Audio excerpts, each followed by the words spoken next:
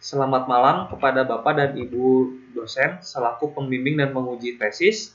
Pada kesempatan kali ini saya akan menyampaikan presentasi mengenai tesis yang sudah saya lakukan dengan judul Form Recognition dan Character Mapping menggunakan Image Segmentation dan OCR. Pertama, kita akan membahas pendahuluan. Di pendahuluan ini pertama saya akan membahas mengenai latar belakang. Jadi latar belakang penelitian dilakukan ini adalah untuk memenuhi kebutuhan perusahaan-perusahaan tekstil di mana perusahaan ini harus mengikuti perkembangan industri 4.0. Dan permasalahan yang umum biasanya dihadapi oleh perusahaan-perusahaan tekstil ini adalah biasanya berkaitan dengan masalah pengolahan suatu tas di mana akurasi yang dihasilkan itu tidak baik ataupun speed yang dihasilkan itu kurang cepat. Untuk menjawab kebutuhan ini, maka diperlukan sebuah sistem yang mampu meningkatkan kecepatan dan akurasi, dan tentunya juga harus bisa melakukan perubahan cara kerja, baik dalam melakukan penginputan data ke dalam sebuah sistem. Dan biasanya yang dilakukan penginputan ini adalah data-data yang berupa form. Jadi form yang dimaksud di situ adalah memindahkan informasi dari form ke dalam sebuah sistem, di mana hal ini dilakukan oleh admin dengan melakukan diketik ulang pada sistem yang ada.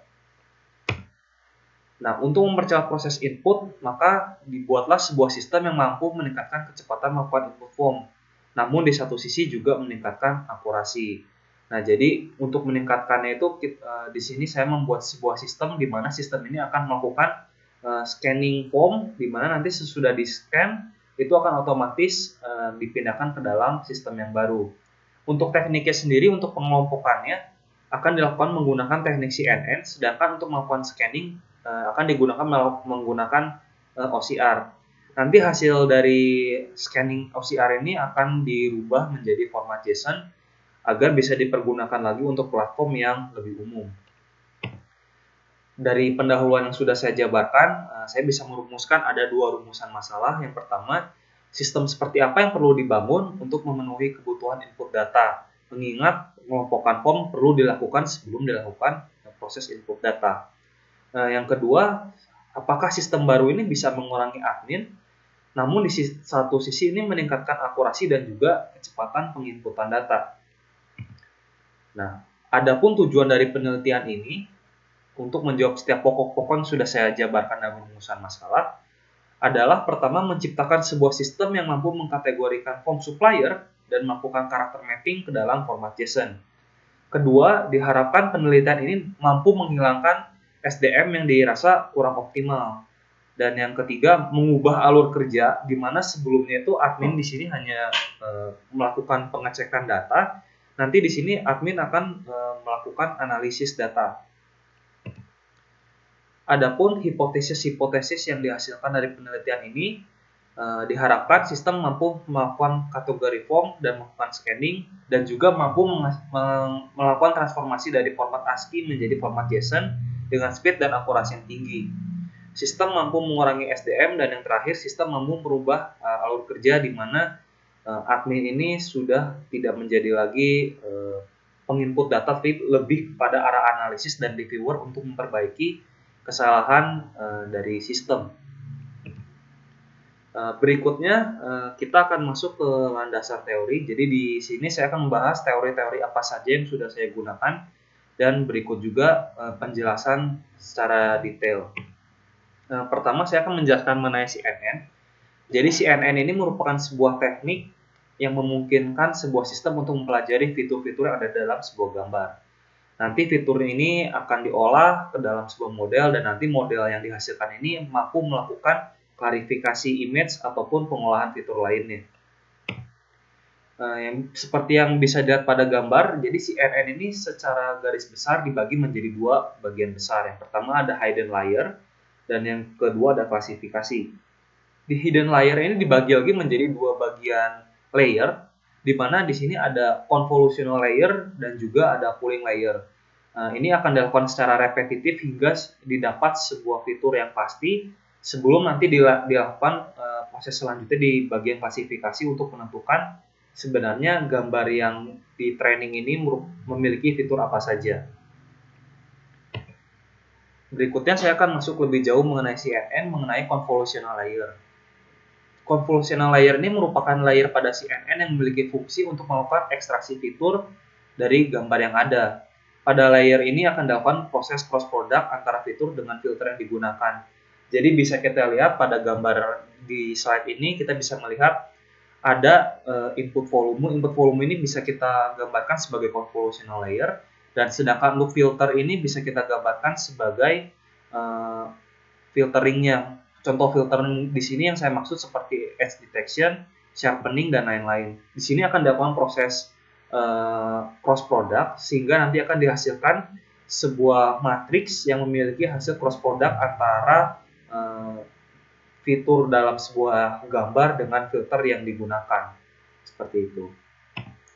Berikutnya di sini ada pooling layer. Jadi di sini dari hasil convolutional layer akan dilakukan pooling. Pooling di sini adalah mengambil nilai fitur agar mereduksi dimensi yang ada. Jadi nanti dari misalnya kita bisa di sini kita punya ukuran matriks yang sebelumnya adalah 16, akan dilakukan proses maxpo 2x2 sehingga nanti hanya akan dihasilkan matriks dengan ukuran 2x2 saja.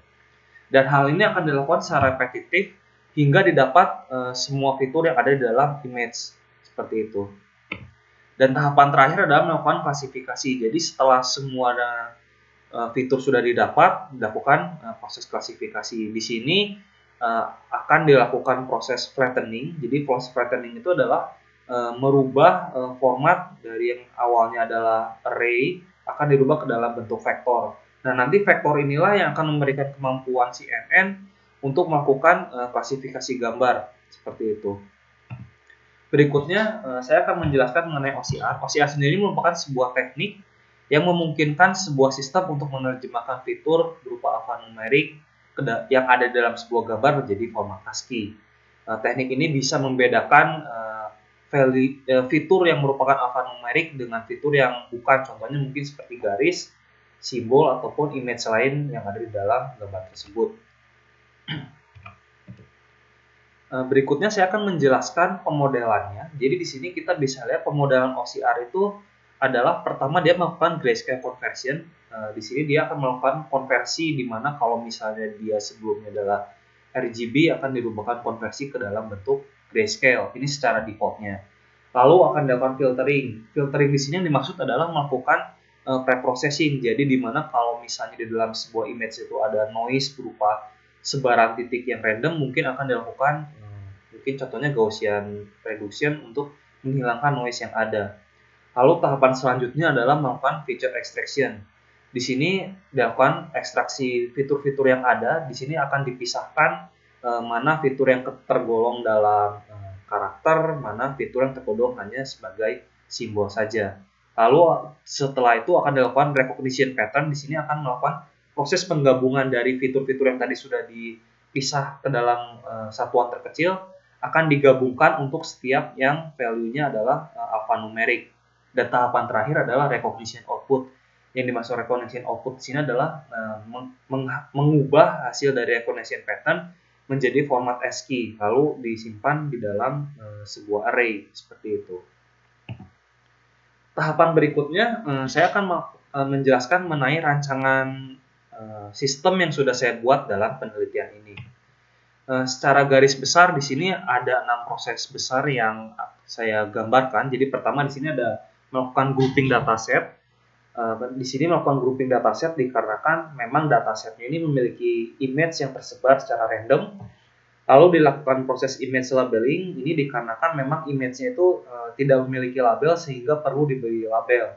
Label di sini sendiri itu berfungsi sebagai identitas yang menunjukkan keunikan sebuah gambar. Lalu dilakukan pembuatan model CNN. Di sini melakukan pembuatan model. Lalu melakukan image prediction. Jadi di sini setelah model dibuat sudah jadi, kita coba melakukan image prediction untuk mengetahui apakah model ini bisa melakukan prediksi dengan baik atau tidak. Lalu setelah itu melakukan dokumen scanning. Jadi di sini setelah prediksi yang benar itu nanti nilai yang true itu akan dilakukan dokumen scanning menggunakan OCR. Dan tahapan terakhir adalah melakukan transformasi JSON.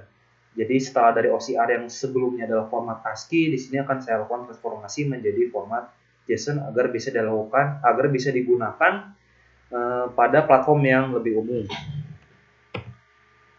Saya akan coba menjelaskan sedikit mengenai dataset yang saya gunakan. Pertama, saya menggunakan dataset NIST. Jadi untuk dataset ini itu image-nya itu tersebar secara random di dalam subfolder yang ada. Dan dataset ini juga tidak memiliki label. Untuk contohnya bisa dilihat pada gambar di slide ini. Yang kedua, saya juga menggunakan dataset Tobacco. Dataset ini juga sama seperti NIST, di mana image-nya itu tidak memiliki label. Hanya saja perbedaannya pada dataset Tobacco ini, image yang ada itu sudah dikategorikan berdasarkan subfolder yang sudah ada. Adapun alasan saya menggunakan dua dataset yang berbeda, ini untuk meningkatkan keanekaragaman form sehingga mampu menghasilkan model yang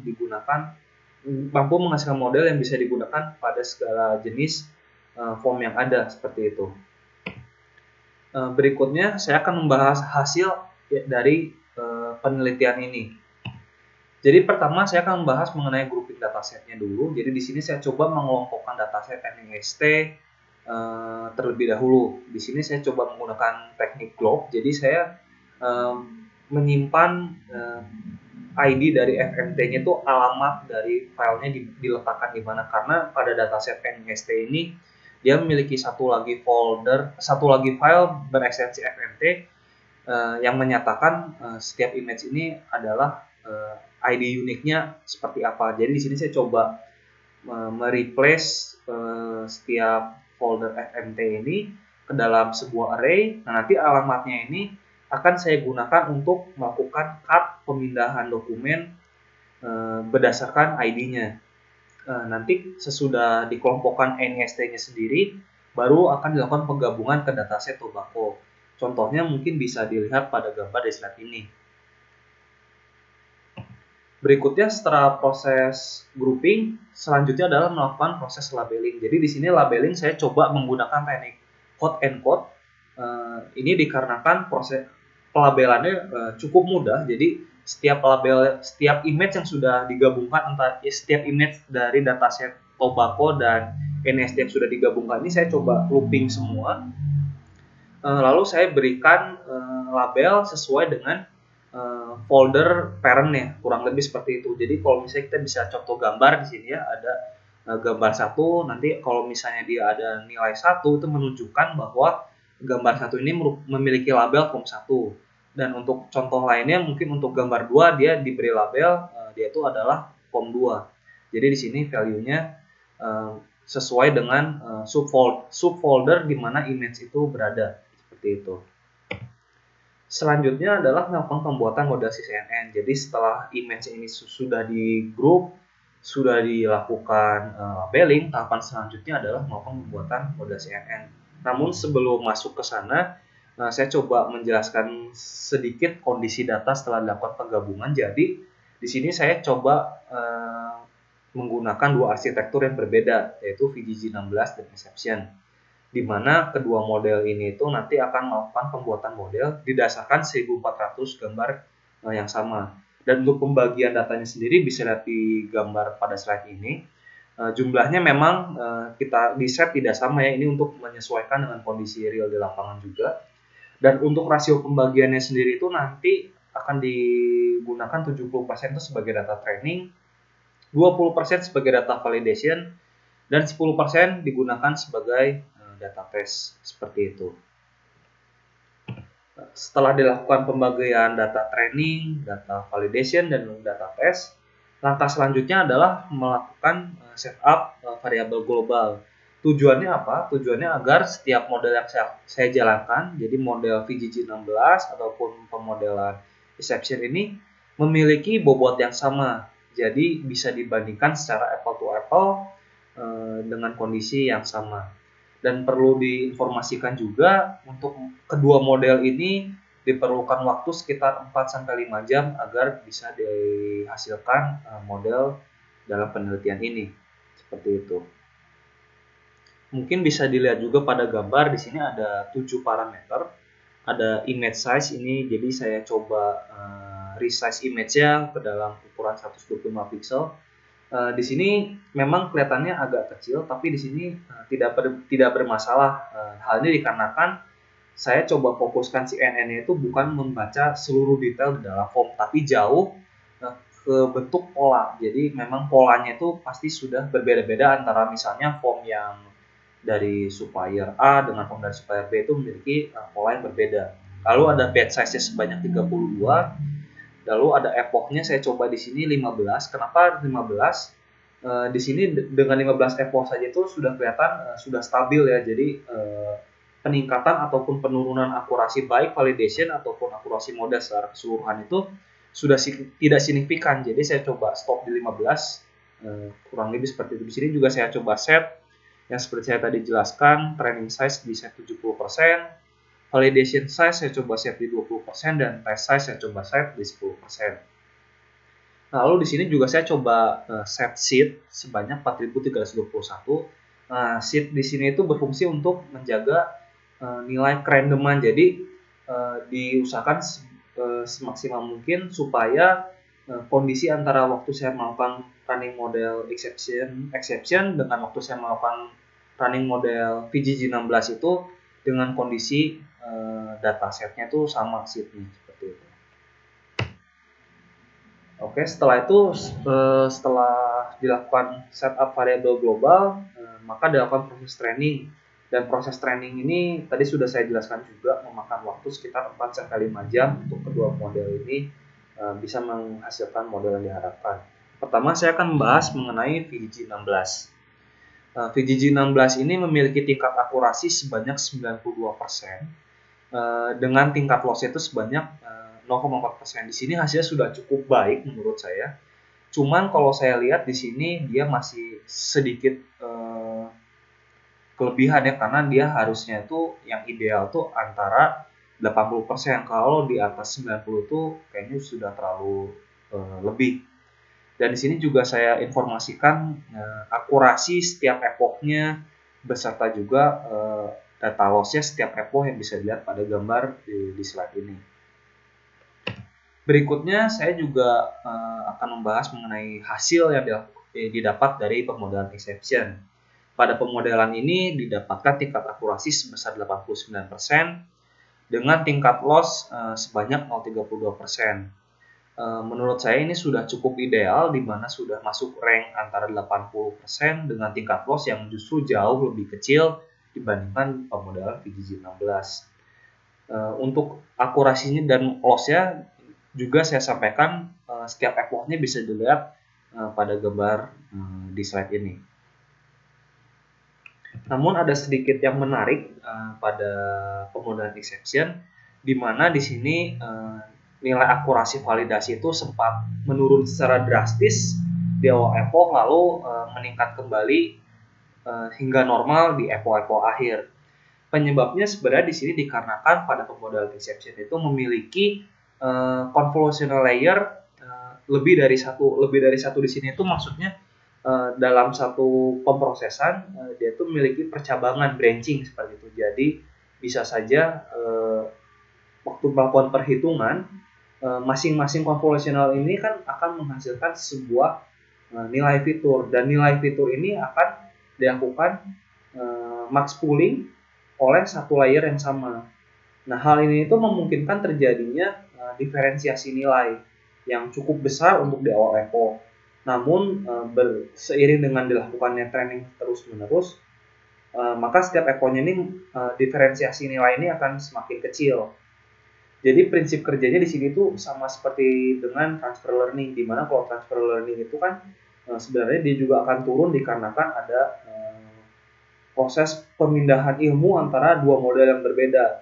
Nah, sedangkan kalau di sini itu adalah perbedaannya adalah pemindahan fitur dari dua layer yang berbeda, namun masih di dalam satu pemodelan yang sama seperti itu. Berdasarkan hasil yang diberikan baik oleh VGG16 ataupun exception, maka di sini saya coba memilih pemodelan exception. Memang hasilnya sedikit lebih kecil ya, 89%. Namun di sini saya rasa ini sudah cukup ideal, dan Tentunya pemodelan dari exception ini memiliki tingkat loss yang jauh lebih rendah dibandingkan dengan pemodelan PGG-16 seperti itu. Setelah itu saya coba melakukan prediksi. Jadi prediksi di sini saya lakukan terhadap data test. Data test itu apa? Data test ini adalah data yang tidak saya gunakan sama sekali waktu pembuatan model. Jadi benar-benar dia tidak digunakan, tapi di sini saya coba hanya memberikan labelnya saja. Jadi di sini saya coba lakukan prediksi di mana dia akan mereturn nilai true jika prediksinya sesuai dengan label awal dan nilai false jika prediksinya tidak sesuai dengan label awal. Dan didapatkan informasi rata-rata dari 10 prediksi itu didapatkan 9 itu adalah nilainya benar, sedangkan satu lagi itu nilainya salah.